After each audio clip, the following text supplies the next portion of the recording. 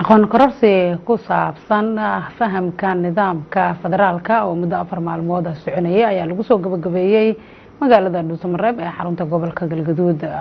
Wariyaha ayaga inooga soo warama halkaasi Maxamed Deeq Cabdi Maxamed ayaa inoo soo diray. aqoon kororsigan oo muddo 4 maalmood ka soconaya magaalada Dhuusamareeb ee caasimadda dowlad goboleedka Galmudug ayna ka soo qayb galeen qaybaha kala duwan ee bulshada ayna soo qaban qaabisay wasaaradda dib u heshiisiinta iyo arrimaha federaalka dowlad goboleedka Galmudug ayaa maanta la soo gabagabeeyay. Bulshada ka qayb gashay ayaana waxa ay ka doodeen federaalka iyo waxa uu yahay iyo fahamsiinta bulshada. muddada halkaan aan joognay waxyaabaha ugu wanaagsan ee faa'iidada lahaa ee aan ka barano waxa ka mid ahay markii laga soo tagay jeedinta iyo fahamka federalismka iyo waxyaabaha la midka ah waxyaabihii shaloo dhan aan u doodaynay u kala sacbisanaynay qorqoraynay waa iyaga waxa nagala geey doona nooca uu yahay federaalka aan anagu rabno Galmudug aan u baahanahay inay noqoto haddii nalala garto maamul goboleedyada kale la tagay ee sida anagu u fikirnay si lamid ah ay u fikiraan in federaalka uu noqon doono shal halkan aan ku soo bandhignay kan guud ahaan ummadda Soomaaliyeed ay qaadan doonto maadaama ay noqotay dan in federalismka ka qayb qaadano federaalkaas aan qaadano. dhulkani waa dad dawlad ku nool ah bedelkeedii laakiin waxaan noo hirgalay hadalla qaab xun oo ah reer Galmudug dawlad ma rabaan waxaana beenaynaysa maanta intan oo reer Galmudug inay isu yimaadeen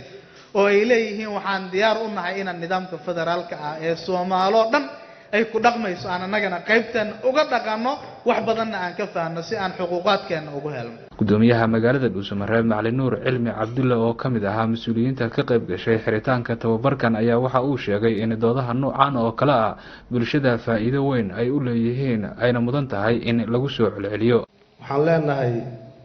kulamada caynkan oo kala ah wada tashiga noocan oo kala ah wada hadalka noocan oo kala ah wax badan baa ku hagaagaya. cid kasta oo ama awood u leh ama ayadu u amran oo xil saaran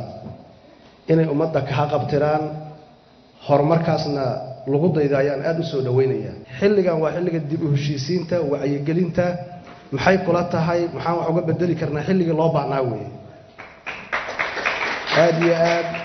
laakiin inaan ka faa'iidaysano oo maskaxdeenu noqoto mid wax weelaysa waxa aan isku sheegayno iyo waxa aan naqaano inta baan ku amal falnay. wasiirka wasaaradda dib u heshiisiinta iyo arrimaha federaalka dowlad goboleedka Galmudug Saalax Cabdullaahi Maxamed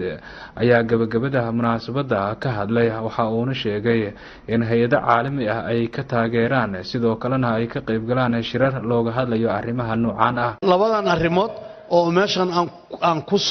ku soo qabanay 2 maalmood oo kii hore 4 maalmood oo kii dambe waxa fangareeyay UNDP United Nations Development Program waa public fund waa nimankaas ayaa ururkaas ayaa noo fangareeyay waxaan aan marka halka shalay iyo daraad aan qoraynay si gaar ah noogu qoran yihiin sababtoo ah annaga waxaan aadnaa 3 bilood oo kasta shir la yiraahdo wadajir framework waxa la isu keenaa ra'yiga ay qabaan dadka aad ka timid midka aad qorteen adinka midka qabtiin waay. Maxamed Deeq Cabdi Maxamed warbaahinta qaranka Dhuusamareeb.